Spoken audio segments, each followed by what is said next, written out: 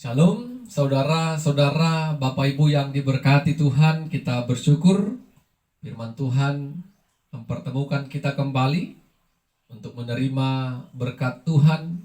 Sebelumnya kita bersatu di dalam doa.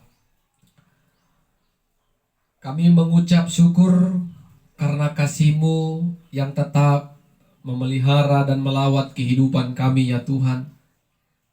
Secara khusus sampai pada saat ini Tuhan boleh menolong kami melalui tuntunan Roh-Mu untuk memperdengarkan dan mendengarkan kebenaran Tuhan.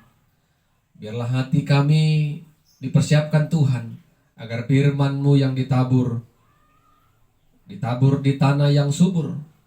Dan ketika firman-Mu ditabur di tanah yang subur akan bertumbuh dan menghasilkan buah. Roh Kudus menolong kami. Dalam nama Yesus kami berdoa dan bersyukur. Amin. Saudara-saudara yang dikasihi Tuhan, firman Tuhan menyapa kita kembali pada saat ini dari Matius pasal 15 ayat 8 sampai 20. Matius pasal 15 ayat 8 sampai 20. Kami akan bacakan firman Tuhan bagi kita, demikianlah firman-Nya. Bangsa ini memuliakan aku dengan bibirnya, padahal hatinya jauh daripadaku. Percuma mereka beribadah kepadaku, sedangkan ajaran yang mereka ajarkan ialah perintah manusia. Lalu Yesus memanggil orang banyak dan berkata kepada mereka, "Dengar dan camkanlah, bukan yang masuk ke dalam mulut yang menajiskan orang, melainkan yang keluar dari mulut. Itulah yang menajiskan orang."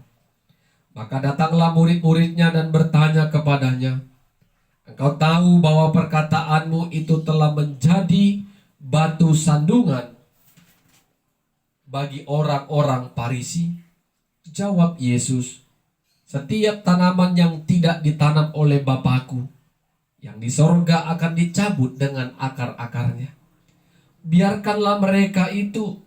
Mereka orang buta yang menuntun orang buta. Jika orang buta menuntun orang buta, pasti keduanya jatuh ke dalam lubang." Lalu Petrus berkata kepadanya, "Jelaskanlah perumpamaan itu kepada kami." Jawab Yesus, "Kamu pun masih belum dapat memahaminya? Tidak tahukah kamu bahwa segala sesuatu yang masuk ke dalam mulut turun ke dalam perut, lalu dibuang di jamban? Tetapi apa yang keluar dari mulut berasal dari hati, dan itulah yang menajiskan orang. Karena dari hati timbul segala pikiran jahat, pembunuhan, perzinahan, percabulan, pencurian, sumpah palsu, dan hujat. Itulah yang menajiskan orang. Tetapi makan dengan tangan yang tidak dibasuh tidak menajiskan orang." Amin. Saudara-saudara, Bapak Ibu yang diberkati Tuhan, tema kebenaran firman Tuhan bagi kita pada saat ini, perbuatan jahat itulah yang najis. Perbuatan jahat itulah yang najis. Kalau kita membaca perikop pasal 15 ini dan sepenggalan firman yang kita baca dan renungkan untuk hari ini adalah cerita bagaimana beberapa orang Farisi dan ahli Taurat datang kepada Yesus karena mereka melihat murid-murid Yesus makan dengan tidak membasuh tangan. Mereka katakan kalau murid-murid Yesus sudah najis dan melanggar hukum Allah. Tetapi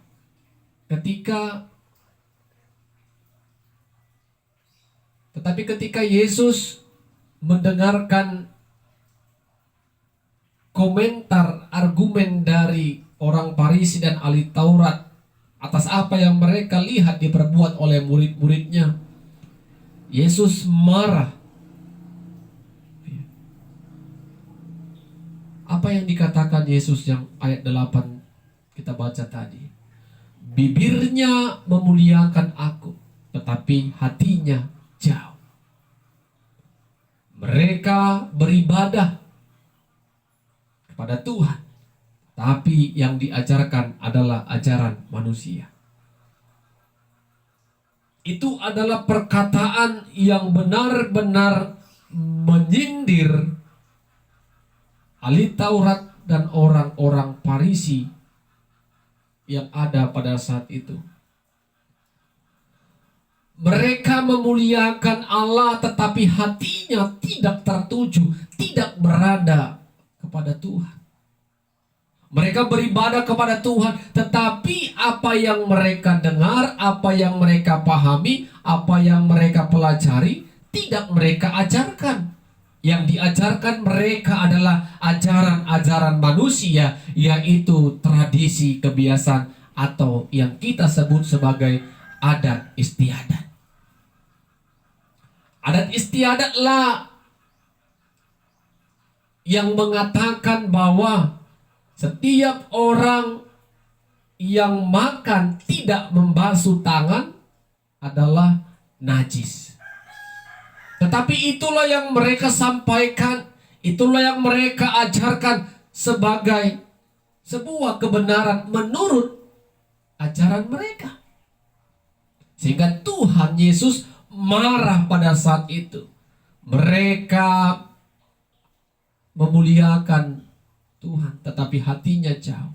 Mereka beribadah kepada Tuhan, tetapi yang mereka ajarkan adalah ajaran manusia, bukan ajaran Tuhan. Sehingga Yesus katakan dengan tegas, apa yang masuk ke dalam mulut itu tidaklah najis, tetapi apa yang keluar dari mulut itu adalah najis. Saudara-saudara, Bapak Ibu, Yesus juga dengan sangat tegas berani mengatakan kalau orang Farisi dan ahli Taurat sama seperti orang buta menuntun orang buta. Bagaimana Bapak Ibu orang yang buta, kita bisa bayangkan, ya, menuntun orang yang buta. Kemana mereka akan pergi? Tentu kalau ada lubang, mereka akan jatuh ke lubang. Dan tidak hanya satu yang jatuh, keduanya akan sama-sama jatuh. Yang menuntun sama yang dituntun.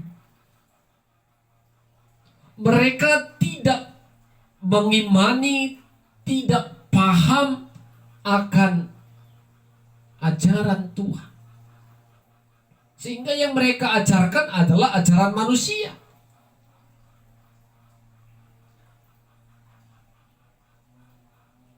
Apa yang dibuat peraturan manusia itu yang diajarkan, sehingga yang menerima ajaran itu juga ikut tersesat dan semakin tidak mengenal kebenaran firman Allah. Kenapa Yesus katakan Bapak Ibu, apa yang keluar dari mulut itu yang najis? Karena Yesus tegas katakan yang keluar dari mulut itu adalah berasal dari hati. Dari hati timbul segala pikiran jahat. Segala, berarti semua pikiran jahat itu timbul berasal dari hati. Percabulan, perzinahan, pencurian, pembunuhan, sumpah palsu, dan hujat. Itu adalah sebuah praktek-praktek kejahatan yang akan berkembang ketika kita mengeluarkan dari mulut kita menjadi perbuatan-perbuatan jahat. Jadi bukan yang masuk ke dalam mulut yang najis, tetapi yang keluar dari mulut, yaitu adalah praktek perbuatan kejahatan, itu yang menajiskan orang. Jadi Bapak Ibu yang diberkati Tuhan, persoalan membasuh tangan sebelum makan itu tidaklah menjadi sebuah ketetapan yang pasti untuk kita kerjakan.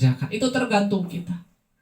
Ya kalau kita mau sehat, sebelum kita makan atau sesudah kita keluar beraktivitas, kita cuci tangan untuk memasukkan makanan ke dalam mulut kita atau ke tubuh kita, itu kita sehat. Tetapi persoalan najis atau tidak najis itu tidak ada. Itu hanyalah peraturan yang dibuat, ditetapkan oleh manusia. Tetapi yang najis, yang harus kita hindari, yang dikatakan Tuhan, adalah yang keluar dari mulut. Karena yang keluar dari mulut adalah berasal dari hati. Dari hati segala pikiran jahat dan macam yang lainnya, Bapak Ibu. Jadi mari saudara-saudara, ibu bapak yang diberkati Tuhan, jangan lagi kita hidup di dalam tradisi atau kebiasaan yang tidak sesuai dengan kebenaran Tuhan. Kita beribadah, kita memuliakan Tuhan, marilah yang kita dengar, yang kita muliakan, itulah yang kita sembah. Itulah yang menjadi Tuhan kita. Itulah yang menjadi Tuhan yang membimbing, yang memimpin kehidupan kita, tentu dengan pengajaran-pengajaran yang baik. Ada kalanya tradisi atau kebiasaan yang telah disepakati oleh manusia sesuai dengan perkembangan, itu semua ada beberapa hal yang tidak lagi berkenan di hadapan Tuhan. Karena kita sudah beriman kepada Tuhan, kita boleh amat-amati, kita bisa pilih-pilih mana tradisi yang berkenan di hadapan Tuhan, mana tradisi yang tidak berkenan di hadapan Tuhan, yang harus kita tinggalkan. Karena kita bukan melakukan sepenuhnya apa yang ditetapkan oleh manusia, tetapi apa yang menjadi ketetapan Tuhan dalam kebenaran Tuhan, itulah yang harus kita kerjakan. Kiranya Tuhan memberkati kita semua. Kita berdoa. Kami bersyukur firman-Mu mengingatkan kami kembali Tuhan, betapa pentingnya kami hidup di dalam kekudusan bersama dengan Tuhan. Ajari kami untuk dapat menjadi orang-orang yang menjauhi kenajisan, terlebih di dalam perkataan kami, dalam hati dan pikiran kami. Jauhkan pikiran-pikiran jahat dalam kehidupan kami, sehingga tidak berkembang menjadi perbuatan-perbuatan jahat yang bisa menyakiti hati sesama, melukai hati sesama, terlebih menyakiti hati Tuhan. Roh Kudus Tuhan menolong kami agar kami bisa hidup dalam kebenaran Tuhan. Dalam nama Yesus kami berdoa dan mengucap syukur. Amin. Shalom. Tuhan Yesus memberkati kita semua.